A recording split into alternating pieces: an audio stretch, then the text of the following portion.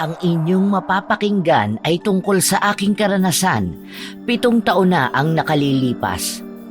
Pero hanggang ngayon ay sariwa pa rin sa aking isipan ang lahat ng detalye na nangyari sa amin ng aking mga kaibigan sa isang isla sa Panay. Masasabi kong yon ang isla ng aking bangungot. Hindi ko nababanggitin kung anong pangalan ng isla na yon. Pero masasabi kong bagay na bagay ito sa mga katulad kong mahilig sa adventure. Sa isla na yon naninirahan ang dati naming guro na si Professor Ruel Romero na naging head din namin sa Camera Club noong college kami. Ang totoo niyan ay 12 kaming miyembro dati ng Camera Club, pero ang iba sa amin ay naging abala na sa kanilang buhay-buhay. Tanging kami na lang 4 ang naging sobrang lapit sa isa't isa nang makapagtapos kami ng pag-aaral. Kaya nang magdesisyon kaming dalawin si Prof. Ruel ay kami-kami lang din. Ang akala pa nga naming masayang bakasyon ay mauuwi pala sa isang bangungot. Tandang-tanda ko pa nakatapusan yon ng buwan ng Nobyembre. Sinuong namin ang isang lugar na hindi pa namin napupuntahan noon dahil lang sa kagustuhan naming pagsabayin ang pagdalaw sa paborito naming guro at ang bakasyong matagal na naming plinano. Hoy, mamaya na nga yan. Panay kayo picture-picture ah. Tara na't baka mainip si Manong Bangkero na mag-aatid sa atin sa isla. Member ka ba talaga ng Camera Club? Ay mali, ikaw nga pala ang president namin noon. Ang killjoy mo?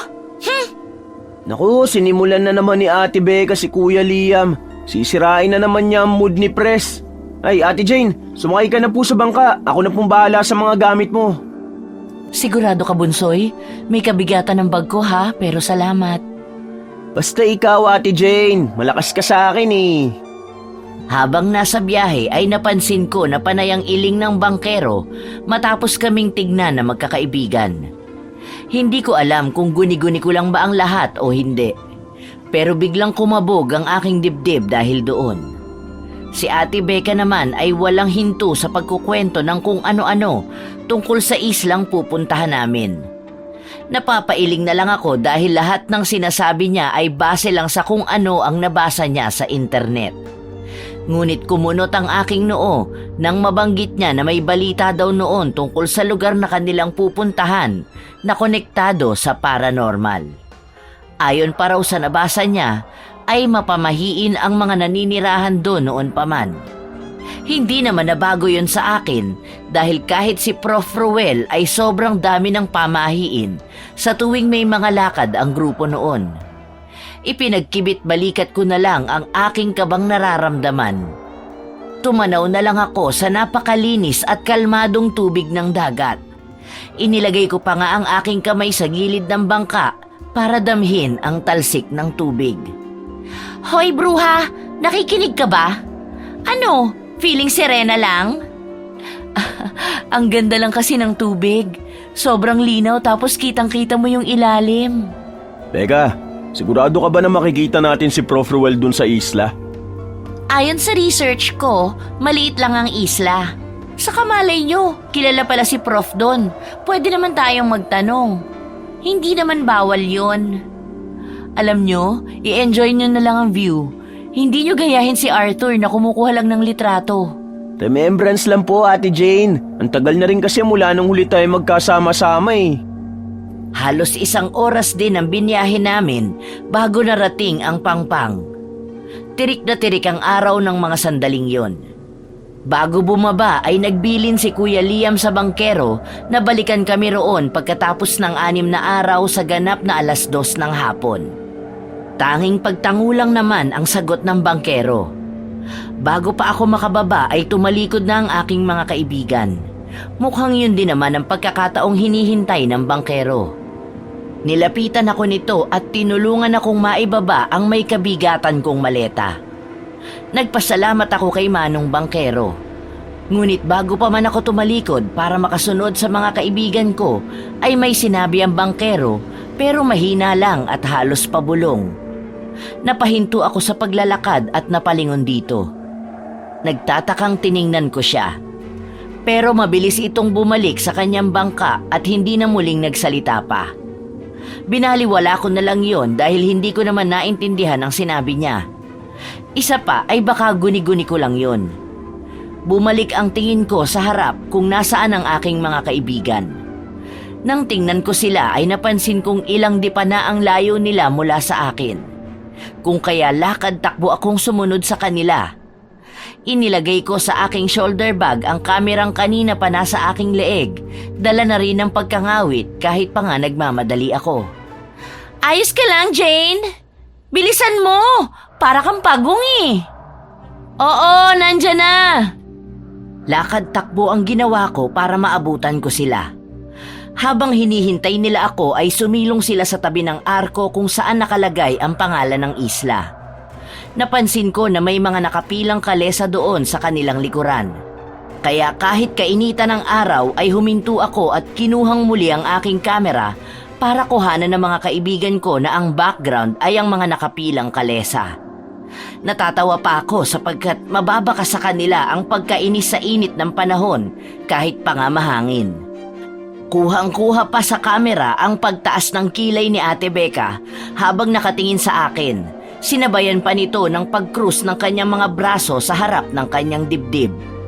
Kinuhanan ko pa sila ng ilang litrato bago ako naglakad muli palapit sa kanila.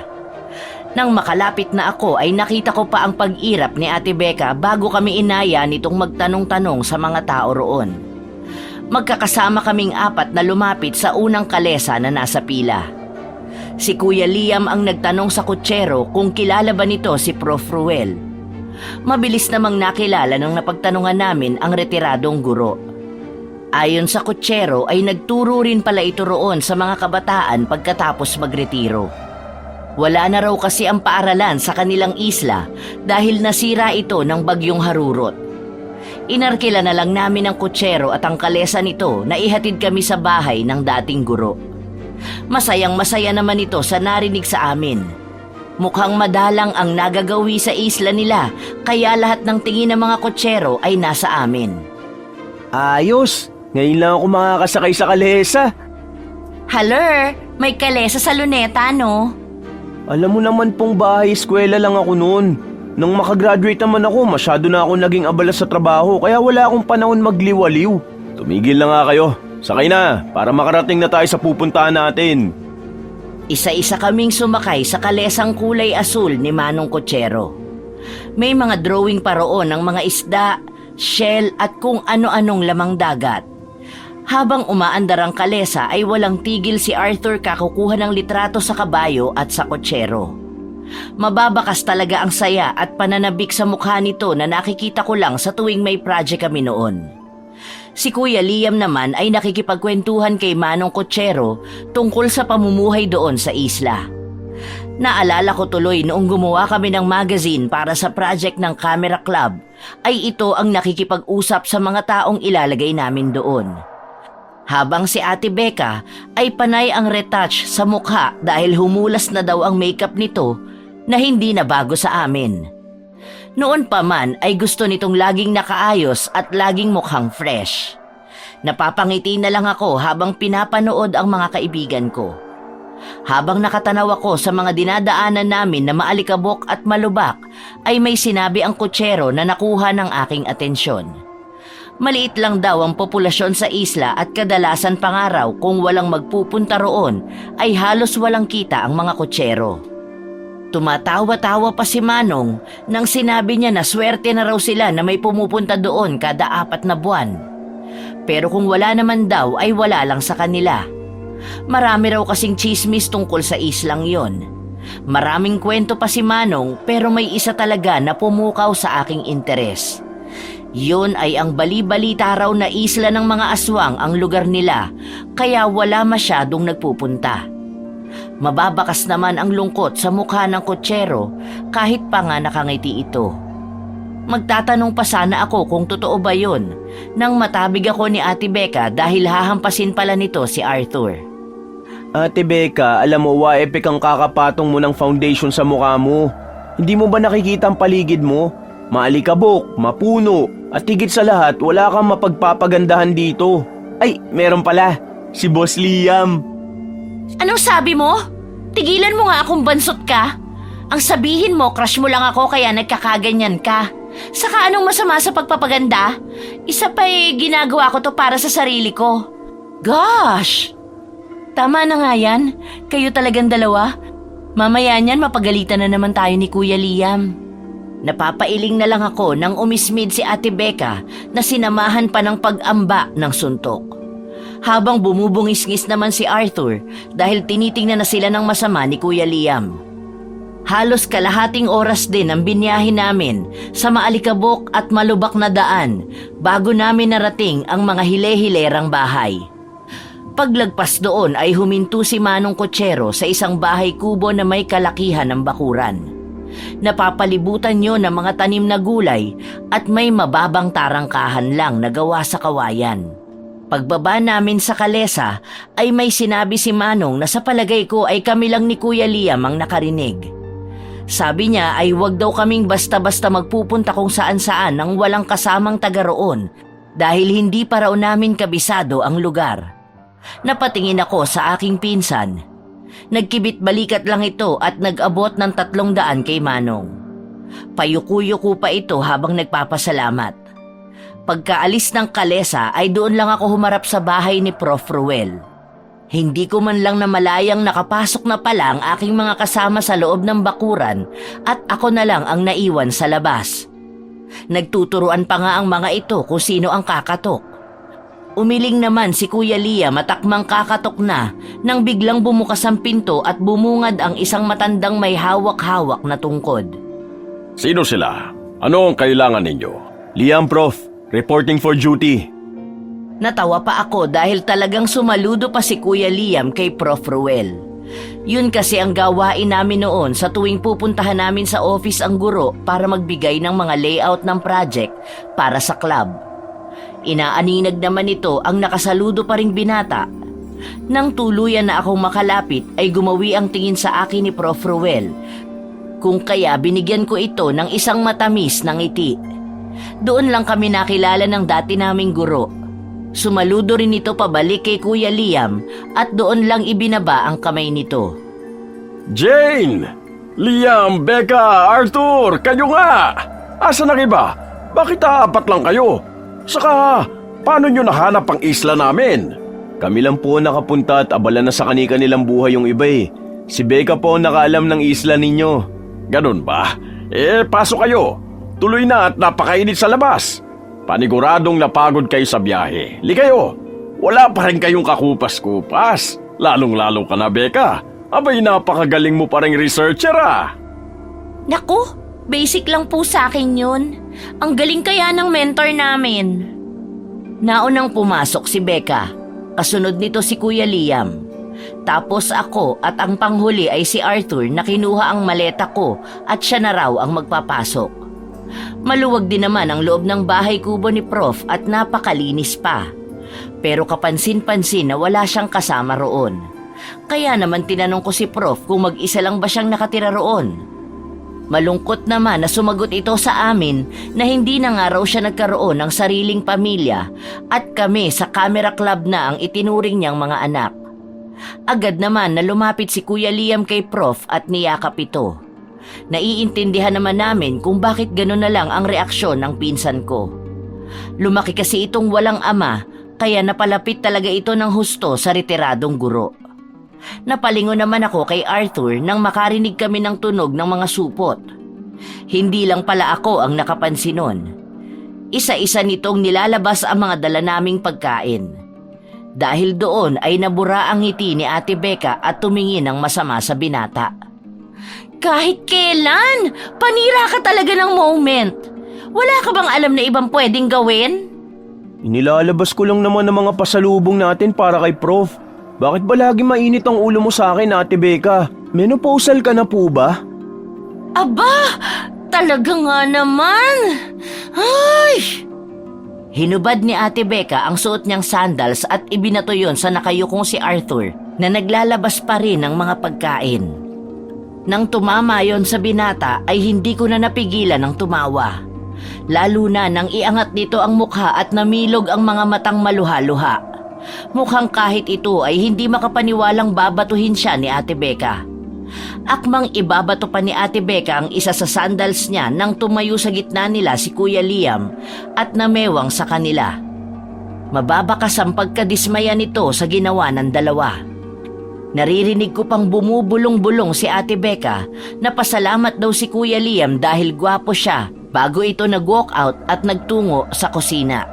Prof, pakialaman ko na po ang kusina mo ha. Nauuhaw na po kasi ako eh. Sige lang, nak. Gawin niyo ang gusto niyo. Feel at home.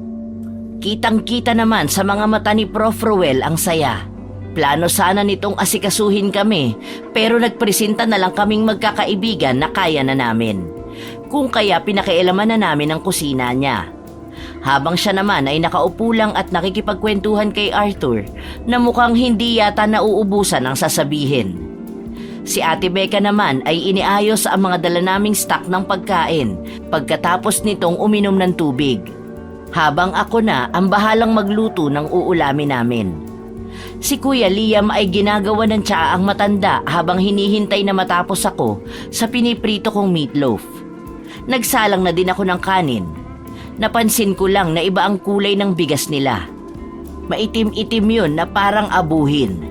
Kung hindi ako nagkakamali ay yun ang tinatawag nilang black rice. Nang matapos na ako magluto ay inihain ko na rin yun. Kitang-kita ko pa ang gulat at pagkakunot ng noo ni Ate Becca. Ano yan? Natutong? Tanga ka ba, Ate Becca? Black rice ang tawag dyan.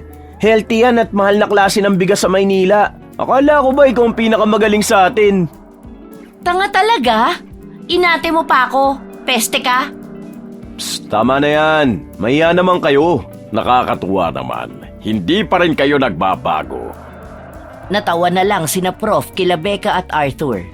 Pagkatapos ng pasasalamat ay doon lang kami kumain. Pagkatapos nun ay nagkanya-kanya na ng pupwestuhan ng mga kasama ko para umidlip. Si Prof naman ay pumasok sa kanyang kwarto para magpahinga. Noong una ay sinubukan ko ring umidlip. Pero hindi talaga ako dalawin ng antok kahit pa nga halos tumambling na ako. Kung kaya kinuha ko ang aking kamera at lumabas ng bahay kubo ni Prof. Ruel. Naglakad-lakad ako at humihinto lang pag may gusto akong kuhanan ng litrato. Sa kalalakad ko ay hindi ko napansing nagawi na pala ako sa mapunong lugar. Plano ko na sanang bumalik sa pinanggalingan ko pero may narinig akong lagaslas ng tubig. Sinundan ko ang pinanggagalingan nun at natagpuan ko ang isang talon na may napakalinaw na tubig. Sobrang nakakamangha ang nakikita ng aking mga mata. Kumikislap-kislap pa ang tubig na tinatamaan ng sinag ng araw. Kinuhanan ko yun para maipakita sa aking mga kaibigan. Inilibot ko ang aking paningin sa buong paligid at may isang kumpol ng halamang namumulaklak malapit kung saan bumabagsak ang tubig. Iba't iba ang kulay nun at sa tanang buhay ko ay ngayon lang ako nakakita ng ganong uri ng bulaklak. Lalapit sana ako ng bahagya para mas maganda ang kuha nang may isang matandang babae ang bigla na lang lumitaw sa kung saan at tinawag ako. Nilingon ko ito. Nakasuot siya ng mahabang palda na kulay itim at puting pang itaas. May balabal din itong nakataklob sa kanyang ulo. Babatiin ko sana ito, pero naunahan akong magsalita ng matanda. Nagagalit ito sa akin at sinasabing umalis na ako doon kung gusto ko pang mabuhay. Dala na rin ng takot at sindak ay nagmamadali akong bumalik sa bahay kubo ni Prof. Ruel. Palingon-lingon pa ako sa aking likuran habang binabaybay ang daan pabalik. Nakahinga lang ako ng maluwag nang makalabas na ako sa mapunong parte ng lugar na yon. Lakad-takbo na rin ang aking ginawa para makauwi ka agad. Pagdating sa bahay kubo ni Prof. Ruel ay hinihingal pa akong isinara ang pintong aking dinaanan. Kamunti ko pang mabitawan ang aking kamera nang may magsalita mula sa aking likuran. Saan ka nang galing? Prof. Ruel! Nakakagulat naman ho kayo. Naglakad-lakad lang po ako. Oh, bakit parang nakakita ka ng multo? Tingnan mo pa sa salamin. Sobrang namumutla ka. May nangyari ba? May nakita po kasi ako matandang babae dun sa talon. Nagalit po siya sa akin eh. Bawal po ba doon? Restricted area po ba yun? Nagpunta ka ng talon? Makinig ka sa akin, Jane. Hanggat maaari ay huwag ka nang babalik doon. Ipangako mo! Bakit naman po? Ang ganda po sana dun eh. Masarap mag-picnic. Huwag nang maraming tanong. Bawal pumunta sa lugar na yon lalo na mga babae at bata. Naiintindihan mo ba? Wala na lang akong nagawa kundi ang sumang-ayon. Pero isang plano ang nabuo sa aking isipan. Alam kong pinagbawalan na ako ni Prof. Pero may kakaiba sa lugar na yon na labis na bumihag sa interes ko.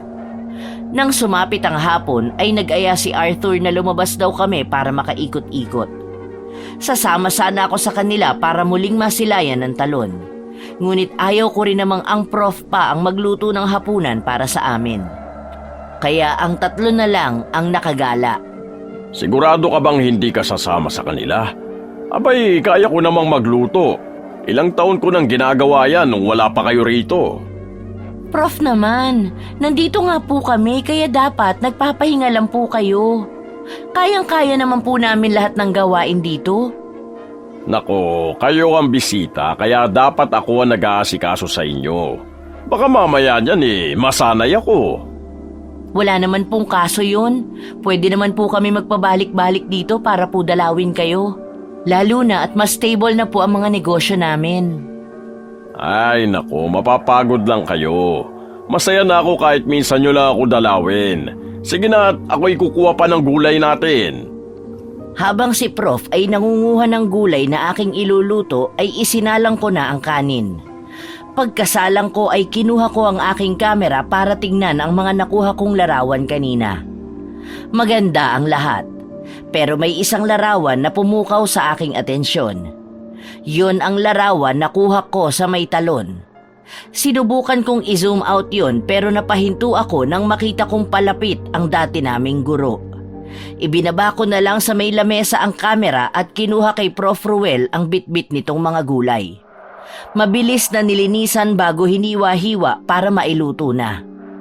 Ilang saglit pa ay kumukulo na rin ang sinaing na sinalang ko kanina.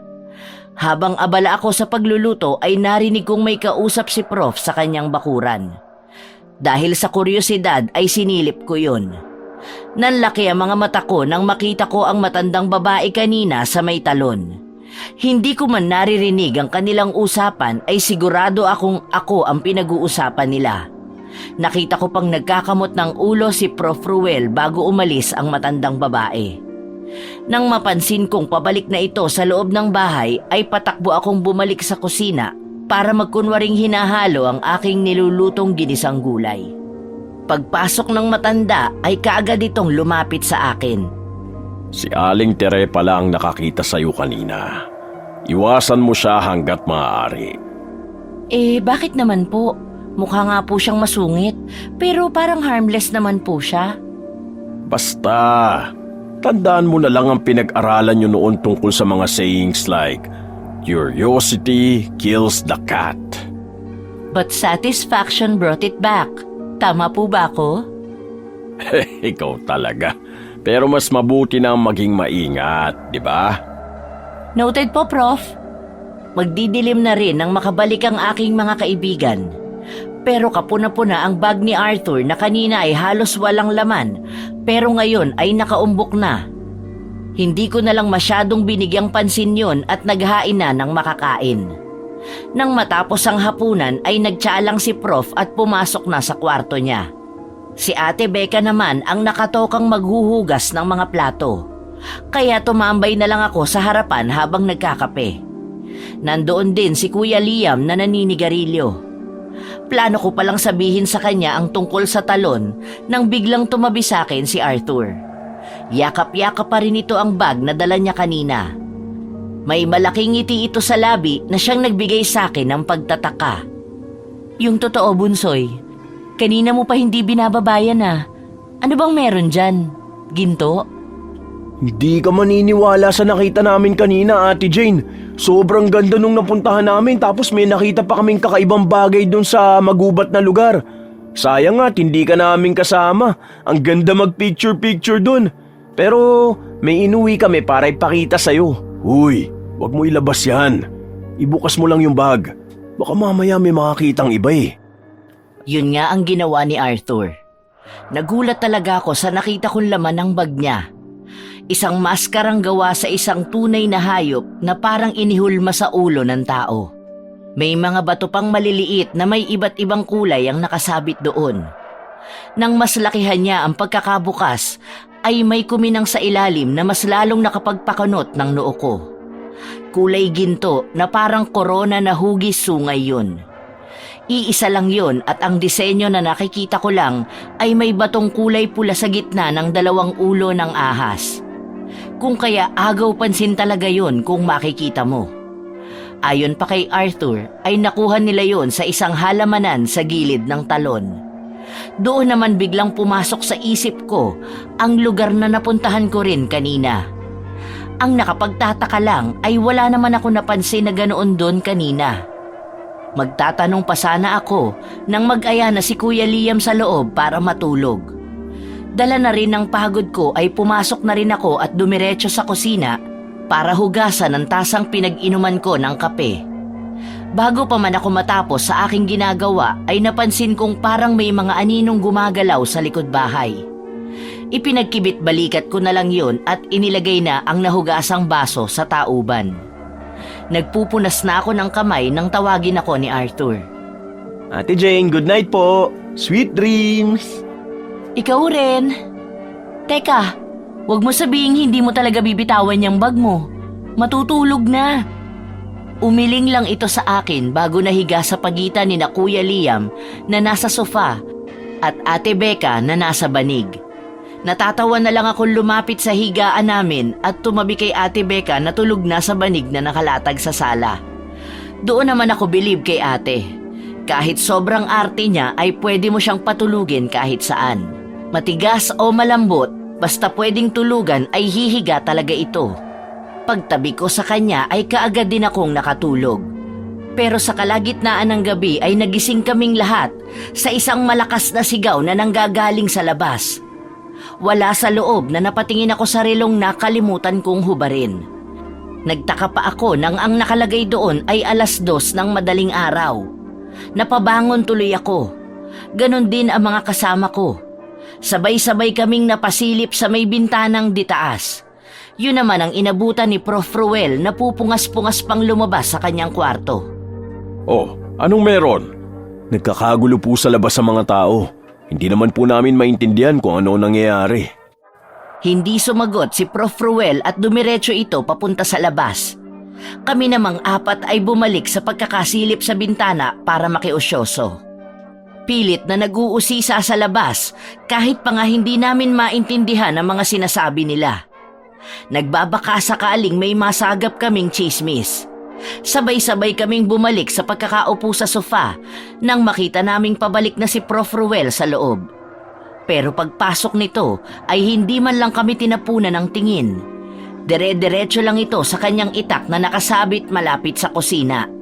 Doon na tumayo si Kuya Liam at lumapit ito sa dating guro. Ano pong nangyayari? Kailangan nating magpadugo. Dahil kung hindi ay magpapatuloy ang gulo dito sa amin.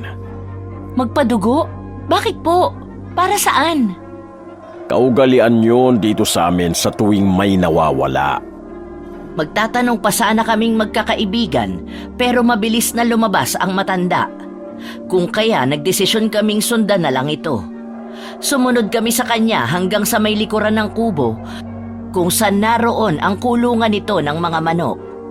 Basta na lang dumampot si Prof. Ruel ng isa sa mga yon. Binitbit niya yon hanggang sa may tarangkahan at doon ginilitan ang manok. Pagkatapos nun ay may isang matandang babae na tumatakbo habang umiiyak ang napadaan. Sumisigaw ito at parang may hinahanap. Isang malakas na kakaibang tunog ang pumailan lang sa paligid. Kumunot ang aking noo nang makitang nagmamadaling magsipasok sa loob ng kani-kanilang bahay ang lahat ng tao na kanina lang ay nagkakagulo. Maging si Prof. Ruel ay pinapasok na rin kami. Hindi ko maintindihan kung ano ba ang nangyayari pero sumunod pa rin kami sa matanda. Pagkapasok namin ay mabilis na isinara ni Prof. ang pinto at hinarangan pa yon ng bangko. Nagmamadali pa itong pumunta sa kusina at nang bumalik ay may bitbit ng mga bawang. Isa-isang isinabit ni Prof ang mga bawang sa mga nakausling pako sa gilid ng mga bintana. Nais ko pa sanang mag-usisa pero sumenya sa akin si Kuya Liam na wag na muna at siya na ang bahala. Nang malagyan ng bawang ang bawat sulok ng bahay ay doon lang umupo si Prof Ruel. Humihingal pa ito at mababakas ang takot sa kanyang mukha. Nang hindi na ako nakatiis, ay nagtanong na ako sa aming dating guro. Prof, ano po bang nangyayari? Saka, anong ibig niyo pong sabihin kanina na magpapatuloy ang gulo at nagpapadugo kayo kapag may nawawala? Huwag nyo nang alamin. Mas magandang wala kayong alam. Pero... Huwag ka nang maraming tanong. Kilala ko kayo. Alam ko kung anong gagawin ninyo sa oras na may malaman kayo. Isa lang ang sasabihin ko sa inyo. Hindi ligtas kung mag-uusisa kayo. Ayoko mapahama kayo. Sana maintindihan ninyo. Kung hindi po pala kami ligtas, mas dapat po naming malaman kung anong nangyayari. Paano po namin maiiwasan kung kahit isang ideya wala po kami? Hindi na ito umimik pa.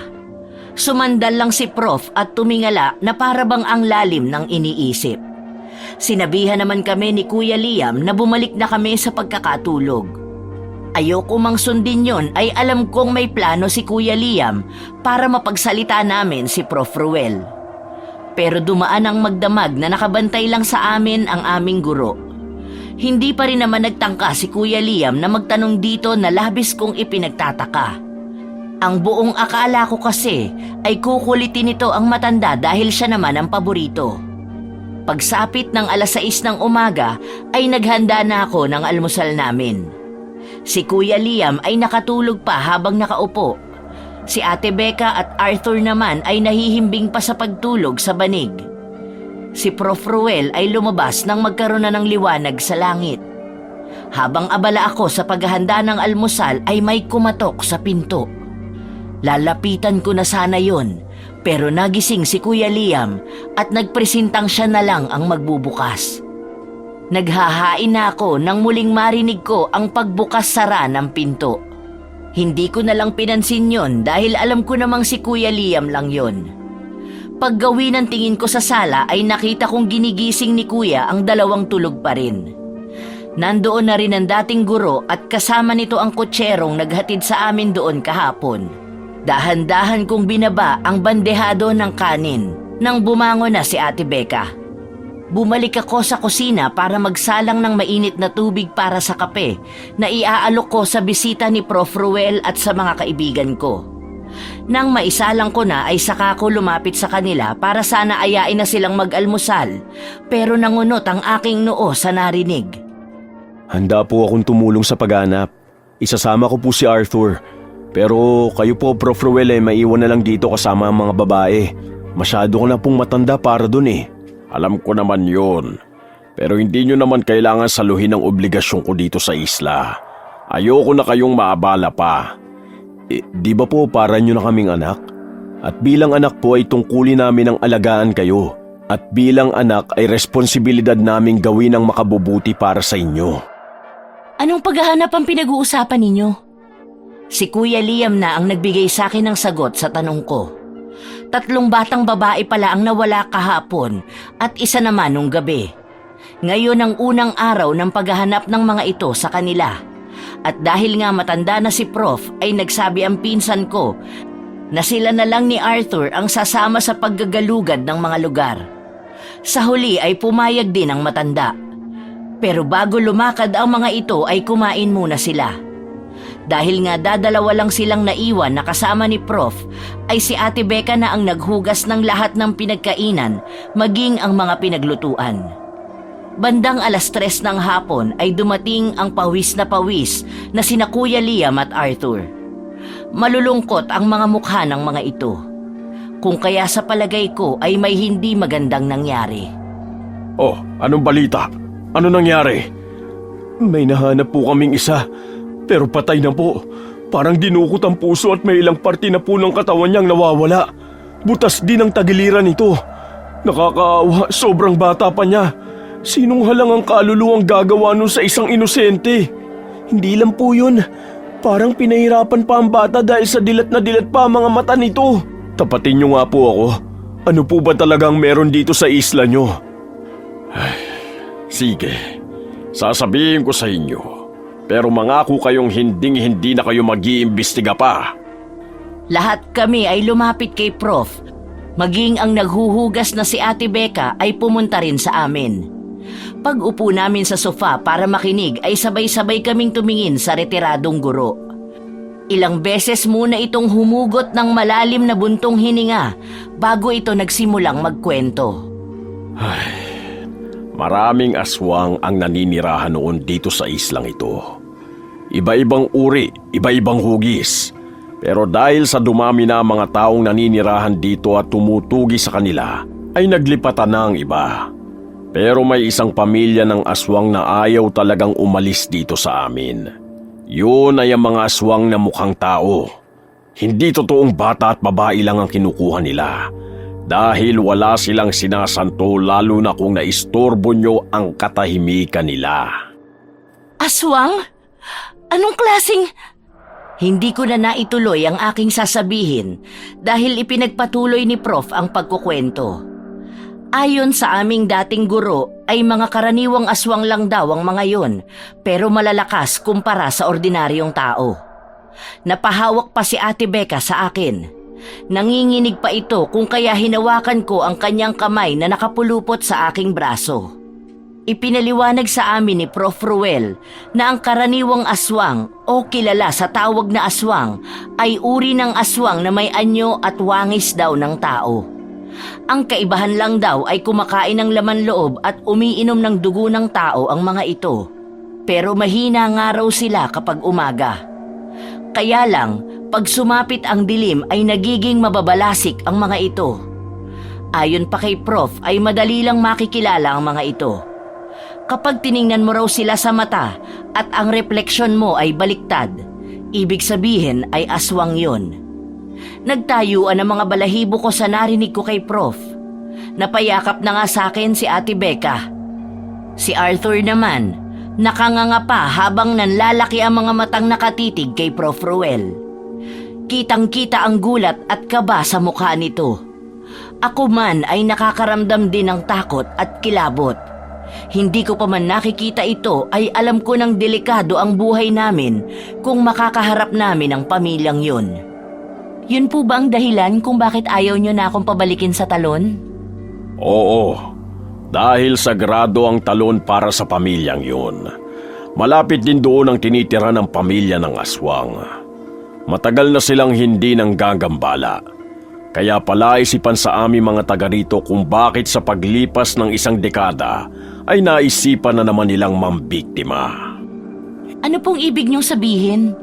Sa pagkakaalam ko po ay hayok sa laman at dugo ang mga aswang. Paanong isang dekada na po silang hindi umaatake? Hindi nyo ba napapansing lahat ng bahay dito ay may mga alagang iba't ibang hayop? Katulad ng manok, baboy, kambing at baka.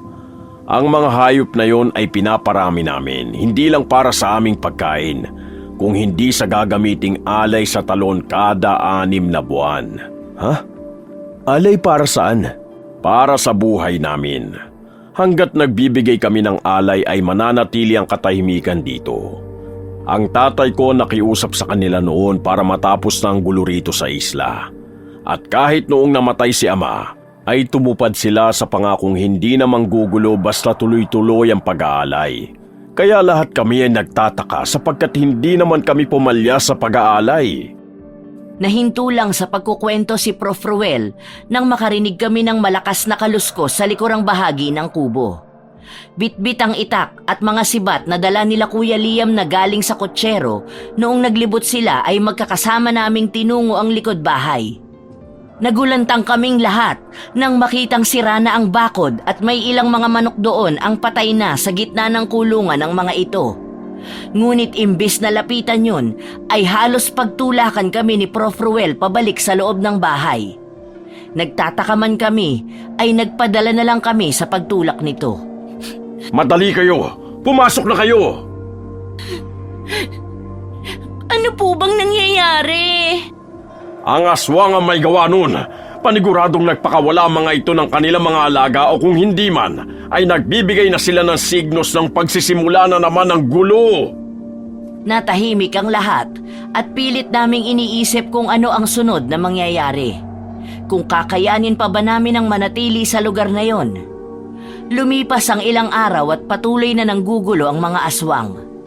Karamihan ng mga nawawala ay mga dalaga, binata o mga bata. Simula rin ang ikalawang araw namin doon ay tulala na si Arthur. Hindi na ito nakakausap ng maayos. Para bang ang lalim-lalim lagi ng iniisip. Kagaya na lang ngayon na nasa harapang bahay ito at nakayakap sa bag niya. Nilapitan ko siya para sana tanungin kung bakit kahit saan siya magpunta ay dala-dala niya ang bag. Tumingin lang ito sa akin. Wala na ang dating sigla sa mga mata nito at ang malulokong ngiti sa labi. Ayos ka lang ba? Ilang araw ka ng ganyan na. Nakakapanibago. Namimiss ko ang bunsoy naming maingay at makulit. Marami lang akong iniisip, ate. 3 araw na lang babalik na ang bangkerong inarkila natin. Makakaalis na rin tayo sa lugar na to, di ba? Hindi naman tayo dito mamamatay, di ba? Yung totoo. Nakakahalata na ako sa'yo, ha? May inililihim ka ba sa amin? Saka bakit naman pumasok sa isip mo na mamamatay tayo rito? Hindi nila tayo magagalaw. Magtiwala ka lang sa Diyos. Hindi kaya ako ang dahilan ng pagsugod nila?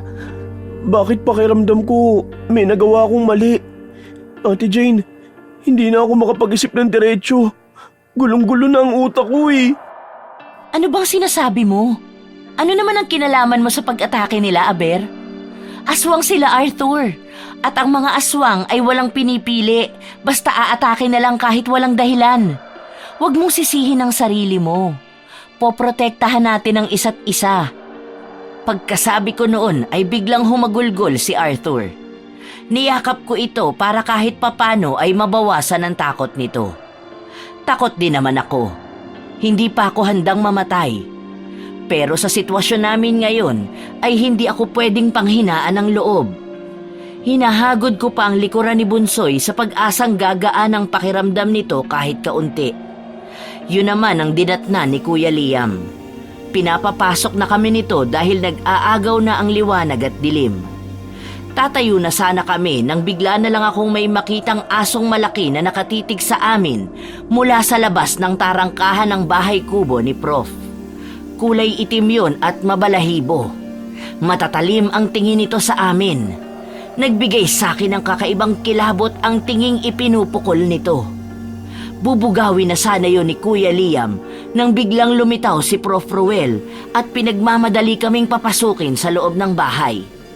Nakita ko pang nag-sign of the cross ito bago sumunod sa aming 3. Pagkapasok namin ay tarantang isinara ng retiradong guro ang mga bintana.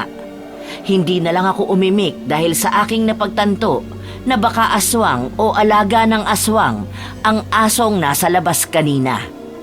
Anong nangyari? Makinig kayo mabuti. Wala nang lalabas sa inyo kahit ano ang mangyari. Paano po kung naiihina ako? Nasa labas pa naman ang banyo. Hindi sumagot si Prof. Ruel sa tanong na yon ni Ate Becca. Nagtungo lang ito sa isang cabinet na nasa pagitan ng sala at kusina.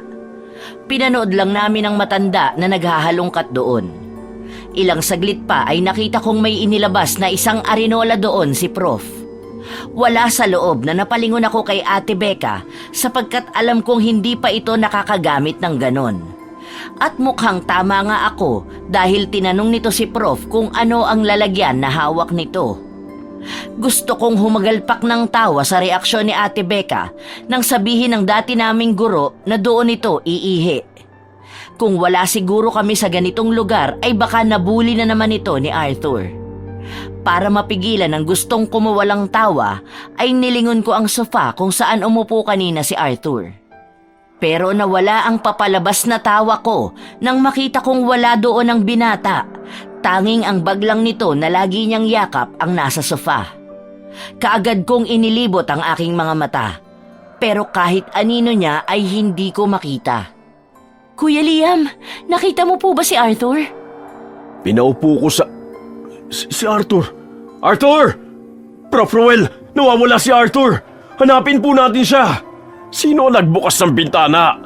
Anak ng tipaklo, mukhang nadali tayo!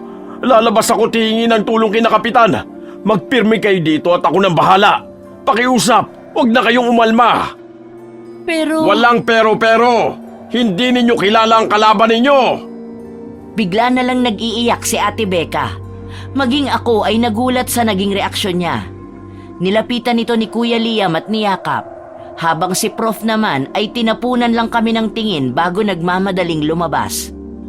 Napalapit ako sa pintong nakabukas at tinanaw ang retiradong guro na halos liparin na ang daan papunta sa bahay ng kapitan sa isla. Nasa pinakadulo pa kasi yun. Nang medyo malayo na si Prof at isasara ko na sana ang pinto nang makarinig ako ng nakapanghihilakbot na alulong ng mga aso. Nanlaki ang mga mata kong muling tumingin sa labas para tingnan si Prof. Ruel. Maging ito ay nakahinto rin sa kalagitnaan ng maalikabok na daan. Kitang-kita ko pa kung paano nagpalinga-linga si Prof na para bang may hinahanap. Ilang minuto ring nakatayo lang ang retiradong guro bago ito muling nagpatuloy. Doon lang ako nakahinga ng maluwag.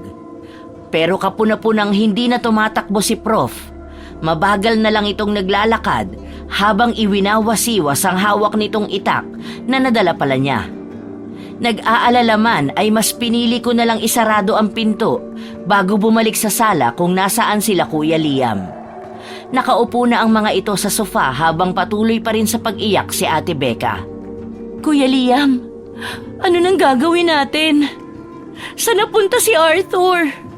Paanong hindi man lang natin naramdaman na bumukas ang bintana? Ang alam ko ay si Arthur mismo nagbukas ng bintana dahil siguro naiinitan. Pero kung may kumuha man sa kanya nang buksan niya yun. Oh my gosh! Paano kung mga aswang ang kumuha sa kanya? Baka gawin siyang pagkain ng mga yun. Mamamatay na tayong lahat dito. Iisa-isahin nila tayo. Kumalma ka muna. Oo, pwedeng mga aswang nga ang kumuha sa kanya, pero bakit? Bakit siya? Kahit ako man ay napapaisip din. Hindi ko na rin alam kung ano ang gagawin ko kapag may isa pa sa amin na nawala. Iniisip ko pa lang ay para nang dinidikdik ng pino ang puso ko. Nasa ganoong pag-iisip ako nang bigla na lang kaming makarinig ng malakas na sigaw mula sa kapitbahay. Nagkatinginan pa kami ni Kuya Liam bago tinungo ang bintana sa likod ng sofa.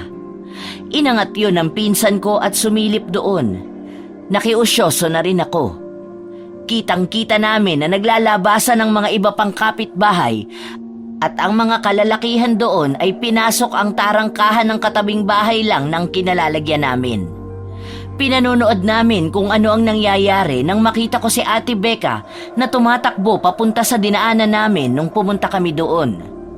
Nanlaki ang mga mata kong lumingon sa aking likuran at nagbabaka sakaling namamalikmata lang ako.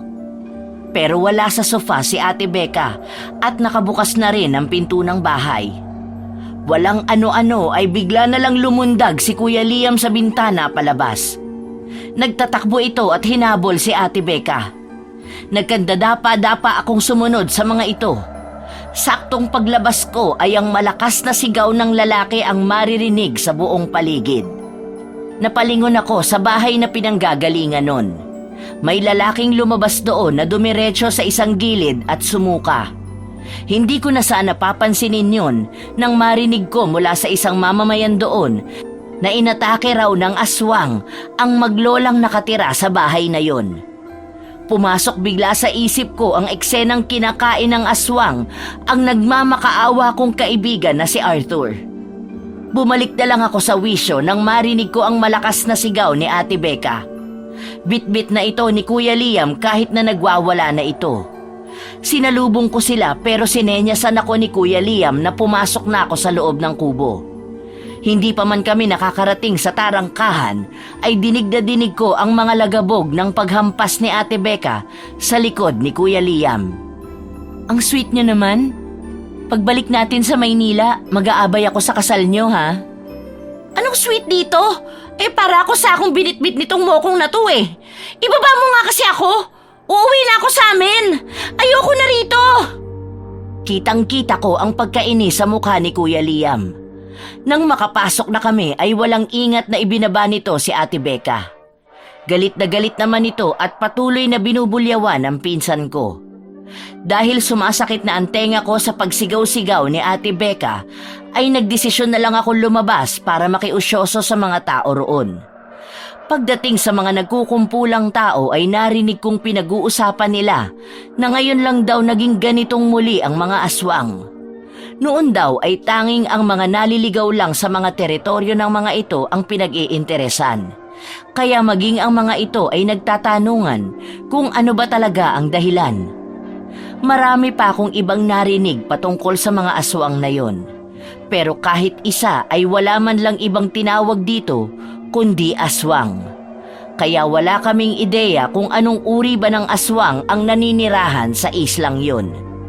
Susubukan ko sanang pumasok sa bahay ng napatay na maglola nang makarinig ako ng tumatawag sa akin. May galit sa boses nito. Nang lingunin ko ay nakita ko si Prof. Ruel na may kasamang may edad na lalaki na siguro ay halos nasa 60 na. Jane Shane Casio! Yari, nahuli ako. Malaki ang ginawa kong mga hakbang palapit sa dalawang matandang lalaki. Iniyuko ko rin ang aking ulo dahil paniguradong galit sa akin si Prof. Sa tanang buhay ko ay ngayon lang ako tinawag nito sa buong pangalan. Tanging sina Arthur at Ate Becca lang ang madalas na ganunin nito. Pero kahit nakayuko ay nakita kong nilapitan ng isang babae ang kasama ni Prof at nagmamadali rin itong lumayo sa dalawa.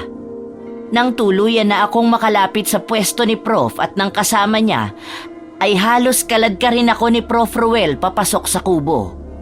Doon ay inabutan naming nagtatalo pa rin si Ate Becca at Kuya Liam. Pinag-aagawan ng dalawa ang bag ni Arthur na naiwan nito. Hindi pa nga nila kami napansin dahil masyado silang nakafocus sa pag-aaway.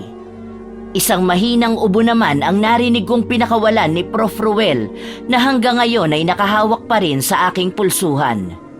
Sabay na napatingin ang dalawa. Nabitawan pa nga ni Ate Becca ang bag habang si Kuya naman ay kaagad na itinago yon sa kanyang likod.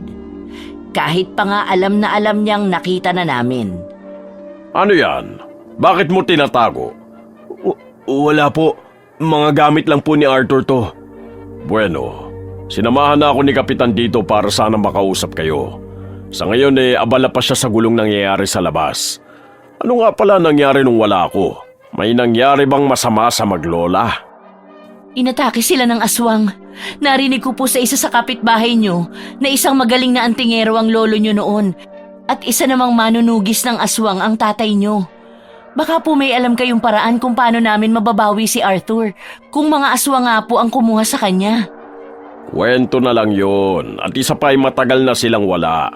Kaya ang tanging magagawa na lang natin ay manalangin na buhay pa ang kaibigan nyo. Gusto kong magtampo kay Prof ng mga oras na yon. Alam kong may alam siya pero hindi niya sinasabi sa amin. Kitang-kita ko ang pag-aalangan sa kanyang mga mata ng mga sandaling yun. Kaya naman tumingin ako kay Kuya Liam. Hinihiling ko na mapansin din niya ang napansin ko. Pero mukhang wala kay Prof ang atensyon niya. Didiretsuhin ko na sana si Prof nang biglang lumitaw sa may pinto ang kapitan ng isla. Kaagad yung nilapitan ni Prof kung kaya lumapit ako kay Kuya Liam at sinabihan siyang kailangan naming mabawi si Arthur. Binigyan lang ako nito ng isang nangungusap na tingin.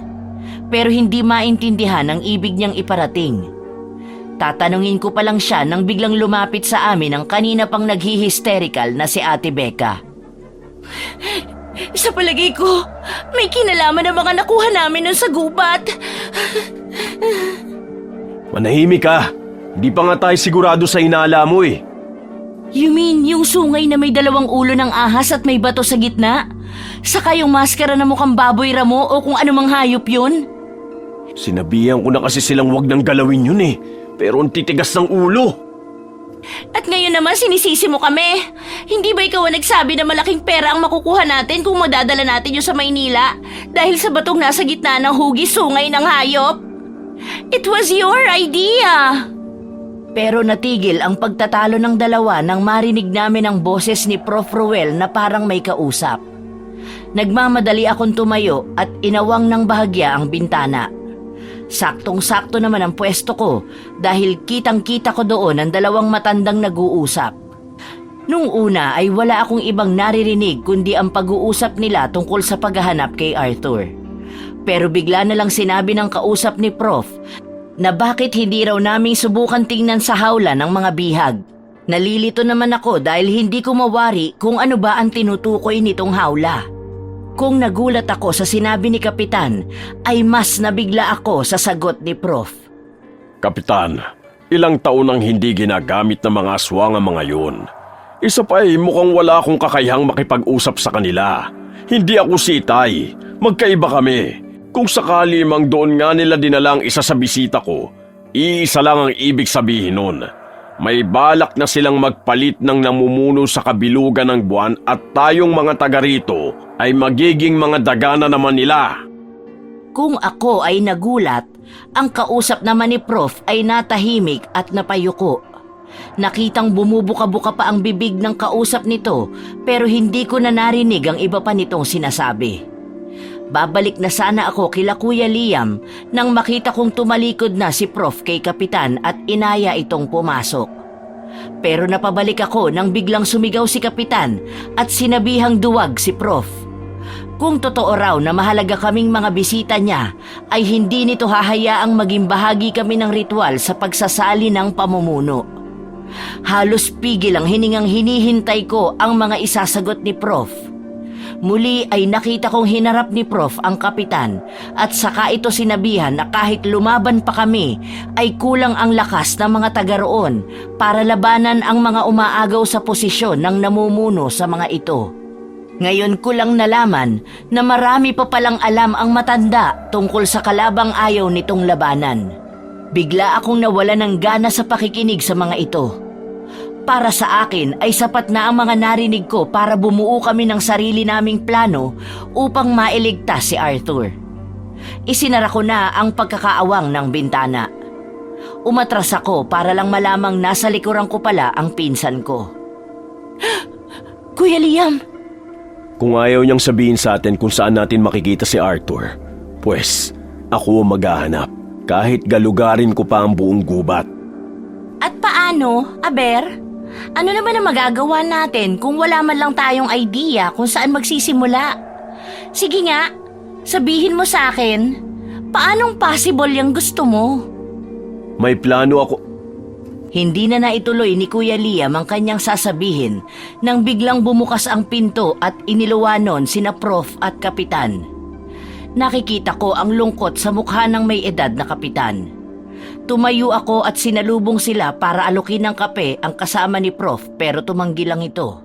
Sinabi lang nito sa amin na nagkausap na sila ni Prof at bukas na bukas, pagsikat ng araw ay sasamahan kami nitong hanapin ang nawawalang si Arthur.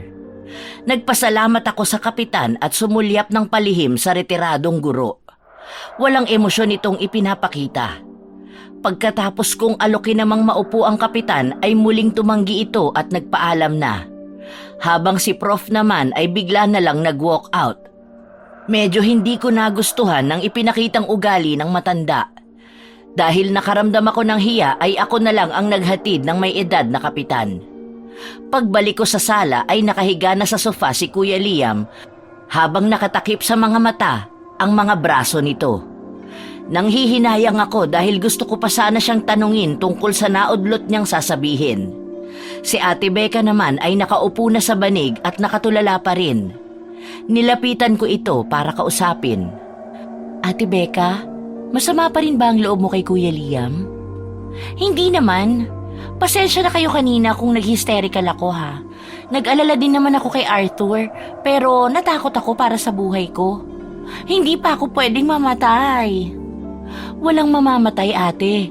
Lalaban tayo. Marami pa tayong gagawing bakasyon ng magkakasama.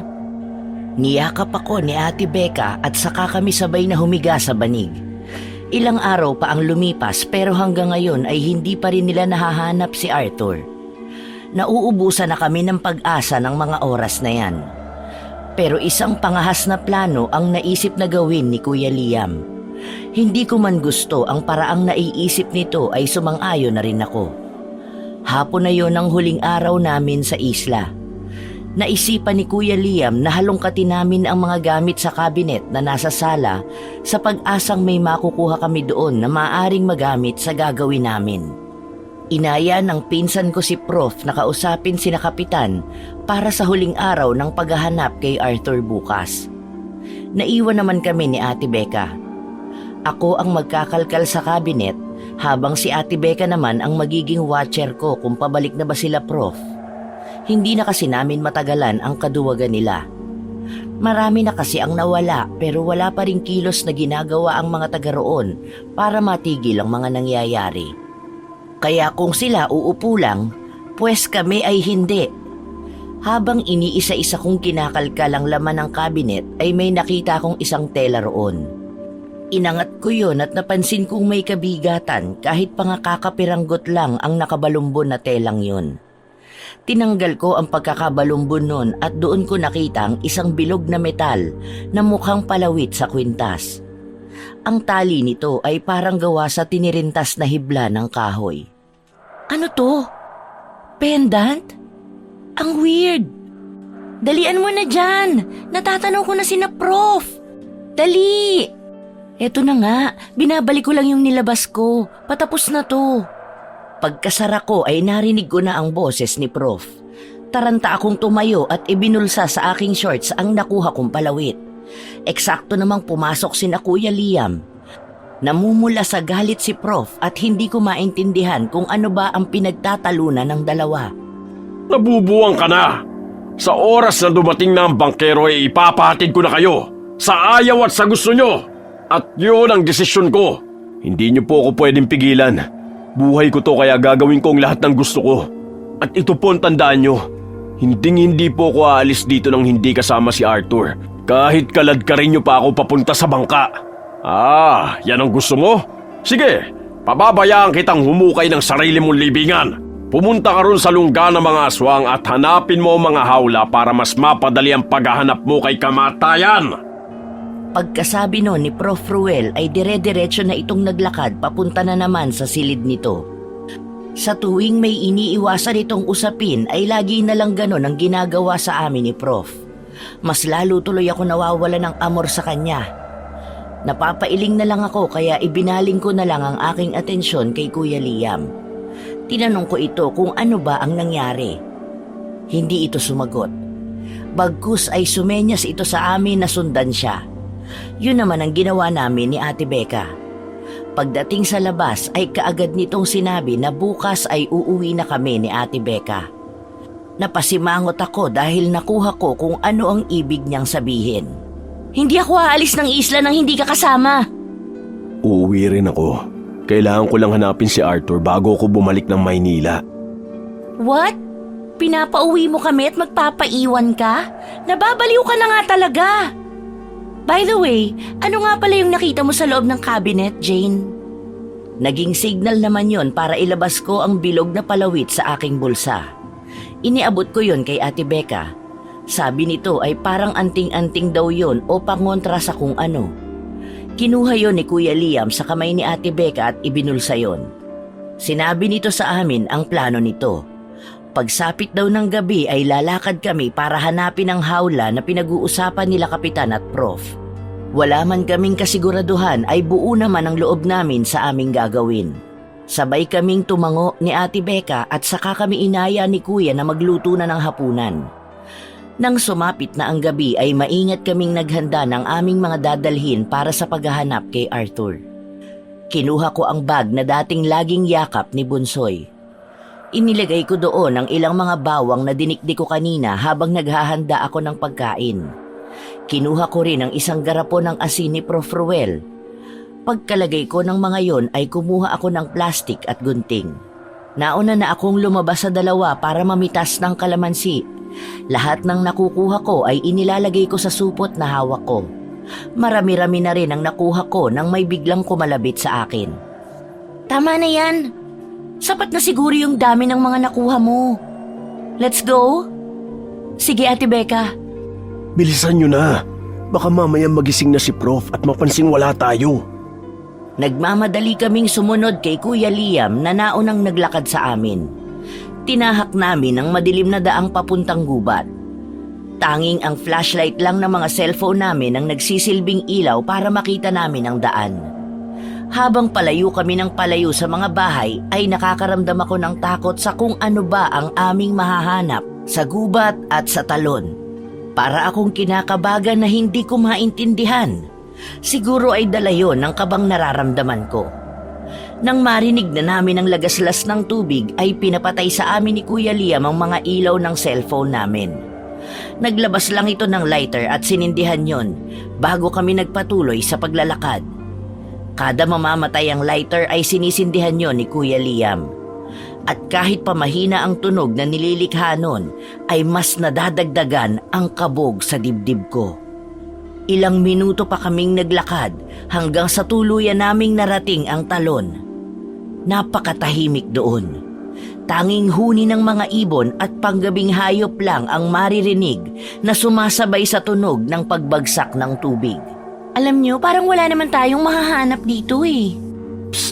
Huwag ka maingay. Itinuro ni Kuya Liam ang isang may kataasang batuhan kung saan ay nasa likod ito ng rumaragas ang tubig. Ayon kay Ate Becca ay doon daw nila nakuha ang maskara at sungay. Nakailang hakbang pa lang kami nang may bigla na lang lumitaw na isang dalagita at binatilyo mula sa likod ng isang puno na malapit doon. Noong una ay parang nagtataka pa ang mga itong nakatingin sa amin. Pero ilang segundo lang ay bigla na lang ngumisi ang mga ito. Kitang-kita ko ang unti-unting paghaba ng mga kuko ng dalawa sa aming harapan. Kapansin-pansin din ang biglaang paghaba ng mga ngipin ng mga ito na akala mo ay ngipin ng pirana.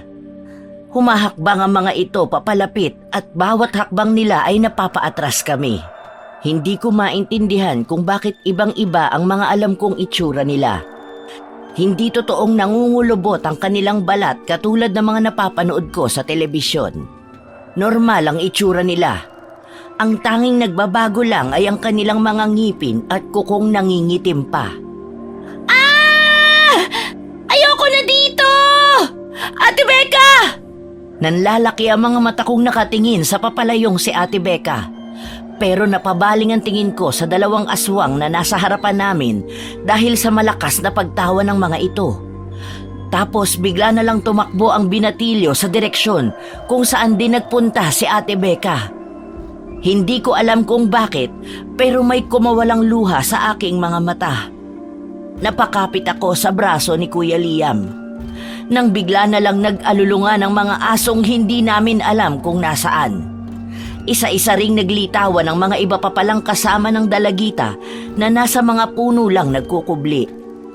Nasa 7 sila kasama na ang dalagita. Pakiramdam ko ng mga oras na yon ay katapusan na namin. Parang ang lahat ng tapang at lakas ng loob na naipon ko ay naglaho na parang isang bula. Inilibot ko ang aking paningin at napansin kong napapalibutan na kami. Nang maalala ko ang bag ay bumitaw ako kay Kuya Liam. Nanginginig ang kamay na isinukbit ko paharap ang bag at binuksan yon. Kinuha ko mula roon ang garapon ng asin. Ilang sandali pa ay may isang lalaki na matanda na ang lumapit sa dalagita at pinapunta ito sa batuhan. Sinusundan ko lang ng tingin ang dalagita. Kahit ilang di pa ang layo nito ay halos segundo lang, narating kaagad nito ang papunta at nang makabalik ito sa pwesto kung nasaan nakatayo ang matanda, ay may iniabot itong bagay na nakabalot sa itim na tela. Tumingin sa amin ang matanda at saka inihagis ang bagay na yon. Gumulong pa nga yun hanggang sa pagitan namin ni Kuya Liam. Ang kanina ko pa pinipigilang sigaw ay kumawala ng malantad kung ano yun. Isa yung ulo. Arthur! Pag sinabi kong takbo, Tumakbo ka na. Gamitin mo ang isang sibat ko para may panlaban ka. Lagyan mo ng kalamansi ang tusok ng sibat. Huwag mo sasayangin ang asin. Ano? Hindi kita iiwan dito, kuya. Pag hindi mo ginawa ang sinabi ko, paniguradong wala nang makakabalik sa pamilya natin. Kailangan mo mabuhay. Mangako ka sa aking mabubuhay ka kahit ano pa ang maging kalabasan nito. Kung kailangan mo kong iwan, iwan mo na ako. Naintindihan mo ba ako? Mangako ka! Tigilan mo nga ako, Kuya Liam. Mabubuhay tayo pareho. Malalagpasan natin ito ng magkasama. Huwag na matigas ang ulo. Sundin mo na lang ako. Hindi ako sang-ayon sa nais niyang iparating, pero wala na kaming oras pa para magtalo. Kung kaya, tumango na lang ako at tinusok isa-isa ang kalamansi. Gulat pa nga akong tinignan ni Kuya Liam na para bang sinasabi nitong nagawa ko pang maghiwa ng kalamansi sa kalagitnaan ng ganong sitwasyon. Pero dahil wala naman akong oras gawin yun kanina ay ngayon ko lang nagawa. Lahat ng katas na nakukuha ko ay inilalagay ko sa lalagyan ng bawang. Naririnig ko ang malalakas na angilan sa aming paligid, pero wala akong pakialam. Nakita ko rin na unti-unti nang lumalapit sa pwesto namin ang mga aswang, kung kaya kumuha ako ng asin at bawang na may kalamansi at kinuskus yun sa leeg ni Kuya Liam. Nagulat pa ito pero pinabayaan lang ako sa ginagawa ko.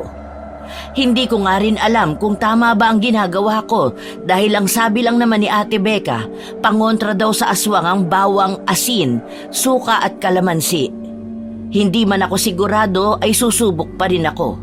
Nang pati ang mga braso niya ay nalagyan ko na, ipinasuot ko sa kanya ang bilog na palawit.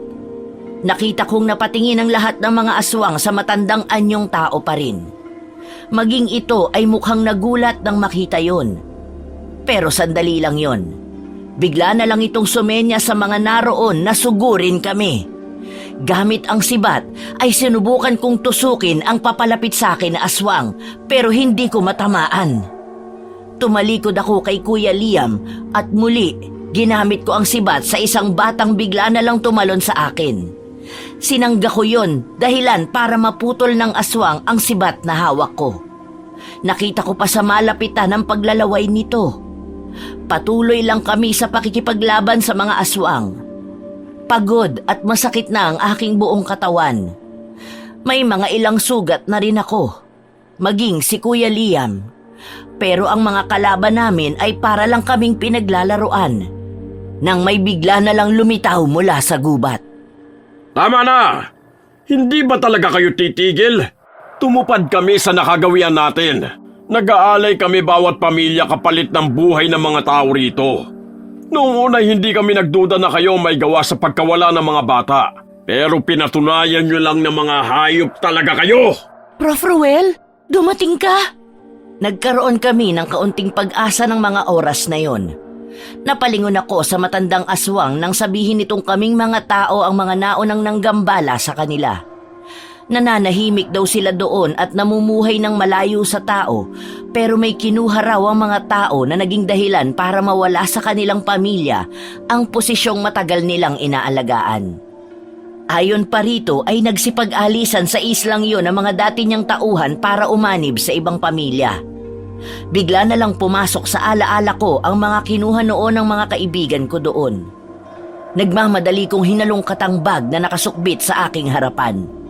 Mula roon ay inilabas ko ang maskara at ang isang parang sungay. Nag-angilan lalo ang mga aswang na nasa paligid namin. Gulat naman ang nakita ko sa mukha ni Prof. Ruel. Itinaas ko yon gamit ang aking dalawang kamay. Ito ba ang kinuha nila? Nagbabaka sakali akong ito nga ang kanilang hinahanap. Dahil kung yun nga ay magagamit ko yon para kami ay mabuhay. Sumagot ang matandang aswang sa akin at sinabing yun nga raw. At kami raw ay mga pangahas dahil kinuha namin yun. Ibabalik ko sa inyo ang kinuha ng mga kaibigan ko. Pero hahayaan nyo kami makaalis sa lugar na ito at wala nang ibang masasaktan pang mamamayan ng isla. Tumingin ang matandang aswang kay Prof. Ruel. Bago tumango sa amin at pinalapit ang dalaga para kunin ang hawak ko. May pag-aalinlangan man ay iniabot ko yon. Nakita kong lumuhod pa ang dalagita sa harap ng matandang aswang nang makalapit ito. Lumingon muli ang aswang kay Prof. Ruel at tumango.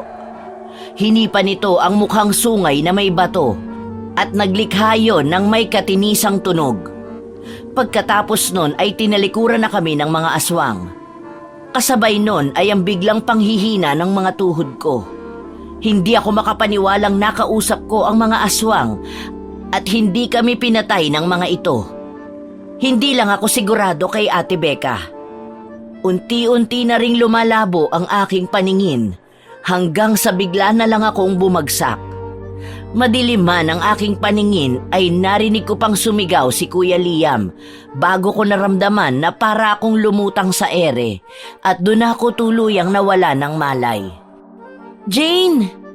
Jane, gising na! Aalis na tayo! Nang idilat ko ang aking mga mata ay wala akong ibang nakikita kundi ang liwanag. Pero sigurado akong si Ate Becca ang narinig kong gumising sa akin. Nang mapagtanto ko yon ay bigla akong napabangon. Ate Becca? Napahawak akong bigla sa aking ulo dahil parang umikot ang aking paningin. Dahan-dahan lang kasi. Ate, buhay ka. Buhay ka, Ate Becca. Of course, ako pa.